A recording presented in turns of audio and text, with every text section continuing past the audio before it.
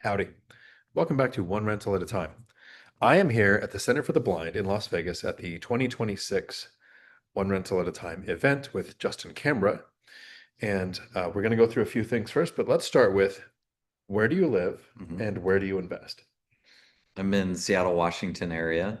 Actually, about an hour north. I just moved, and then I invest pretty much 1 hour of Seattle, a couple in Eastern Washington, then the rest are in Milwaukee, Wisconsin, and Des Moines, Iowa. Okay. How did, so that's a lot of markets. Yeah, Yeah. and that's down from last year. Down, so you've I downsized. was in Detroit, and then I got out of Detroit. Yeah, Okay. What did your portfolio look like before we met? I'm trying to think when we met. It I was did a Zoom training for your Amazon yeah. When was that? That would have been like 2021, maybe. 2019, 2020. I was still working. Yeah, it would have been, well, 2019 was, I didn't start until December 2019, so it was probably 2020. Okay. Yeah, so at that point in time, gosh, I got to think back. I would imagine, this is a guesstimate. I was probably in the 20 to 25-ish Okay. properties at about that time because I started in 2016, 2017, Eastern Washington, and then got into Milwaukee 17, 18, 19, 20. Okay. What's the biggest change for you since you found this like one rental at a time community? And so I actually had Michael Zuber came in and presented at that Amazon real estate group, Okay. and he would talk about no alligators. And so I used to think because I had the W-2 job, right? So I had alligators in there. Some of them by design because they're seller finance and they're negative cash flowing, but they're 0% interest. So I'm like, to me, that's fine. But then when you leave the W-2 world, you don't want any of these alligators hanging around you. So that's my biggest thing. Explain what an alligator is. So an alligator is a property that is negative cash flowing. So meaning you're having to feed the beast every month to keep this property, right? Which is not the goal. No, That's what homeowners do, no, not what investors should do. exactly. Okay, so the biggest change from since finding Zuber is re-looking or rethinking your idea on cash flow, Mhm. not using your job to subsidize bad assets. Right. There's that, and then as I've evolved into the community and some other people within it, it has been more downsizing, actually hanging out with you a lot more, seeing the finer things of life with less. So the last couple of years I've been selling properties. Some of them were just problem properties, but a lot of them I had in partnership. So instead of being, more units, I shrunk it down to less units where it's, predominantly just me now to where it's easier for me to manage. So less units to manage, less hmm tenants, toilets, and termites, Yeah. less partnerships. How did that impact cash flow? So cash flow is definitely down because it is less units. Because like at the peak it was 145, and I'm at 83 units today.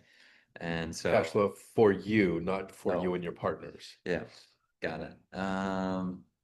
Well, quite frankly, lately, and the cash flow has been all wiped out from two development deals. So Uh, when you're working on rehabs, you're yeah, taking money from that. I mean, uh-huh, when you're in growth mode, technically you take all of your yeah, disposable income from your job and all of the rent money, and that yeah, gets funneled into the business. yeah. Okay. So what if those two jobs weren't happening? How would your portfolio have performed? Oh, probably around 12,000. It would be, Okay. yeah. Did you make more than 12,000 when you had the bigger unit count? It was about the same. Okay, so now you have less tenants to deal with, Uh, less partnerships to deal yeah. with, and your cash flow that you get hmm when you're not just giving it away to your projects Exactly. is Yeah. the same, Yeah. Some of that's because of what I've been selling was some of the alligators and then 1031 it into other properties. So right? as I'm rolling forward, I'm trying to get more profitable stuff with higher appreciation play. In the one rental at a time community, have you heard anything that you didn't know existed before you found it? I guess the one most recently has been the rent by the room stuff. So Okay. with Jared, I've kind of heard a little bit about it, but I hear more about it in this community. Tell us a little bit about how you make money off of parking. Okay, so I have this my very first property bought in 2016. I'm by the airport. It's a long, narrow property. It's kind of like a ski slope. It kind of has like a couple humps in it, and it's like 65 by like 450 feet.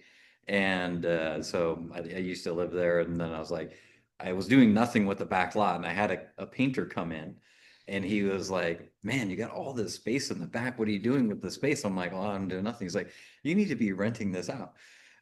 So that kind of got my mind thinking about it. And then I was in Detroit meeting up with, I was there for a conference, met up with a friend while I was there, and he's like, "Man, I'm renting my garage out for $150." I'm like, "Oh, tell me more about this." So from when I left him at the Starbucks to getting to the Detroit airport, I logged into the app, created my listing, and put it online.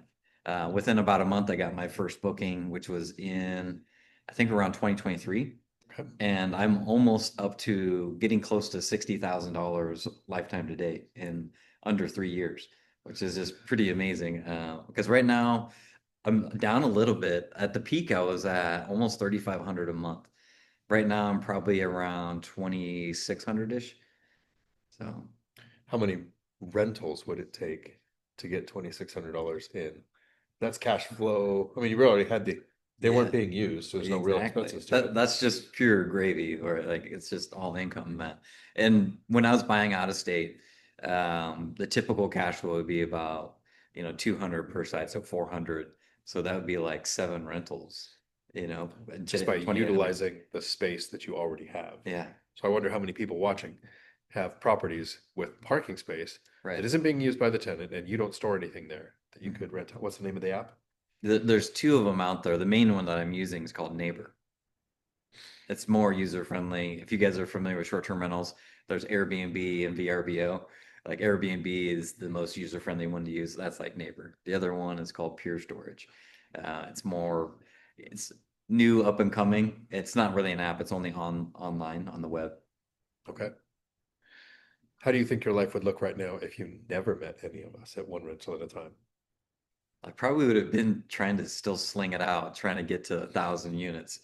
Because like quite honestly, I had an addiction, and I was just like, I mean, I just needed more. Like every time I bought something, that was like the juice that I needed to keep me rolling, right? And then once I was out of the W-2 world, then I realized, hey, this like sporadic income, because these I was buying a lot of these C-class properties, is not great.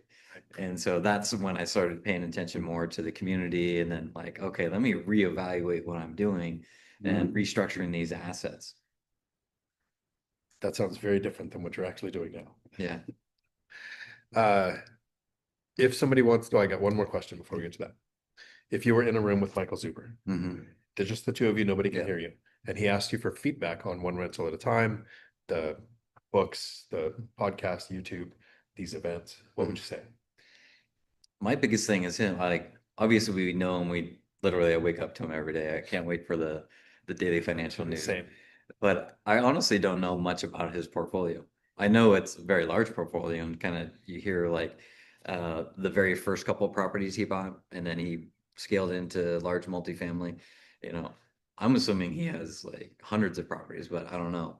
I'd love to see more like tactical real world, whether it's stuff that he just bought, um, or like stuff that he just sold. I think he was Okay. trying to do a dadu that didn't go so hot, just kind of like that Graham Stephan one that he talked about, like sound like one of my projects.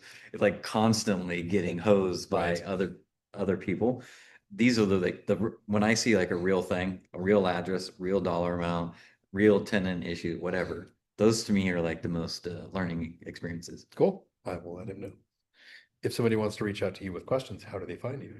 Right now, everything on Instagram is at W2 to Freedom. YouTube is at W2 to Freedom. Okay. Well, thank you so much for hanging out. Thank you. Everybody have a day full of amazing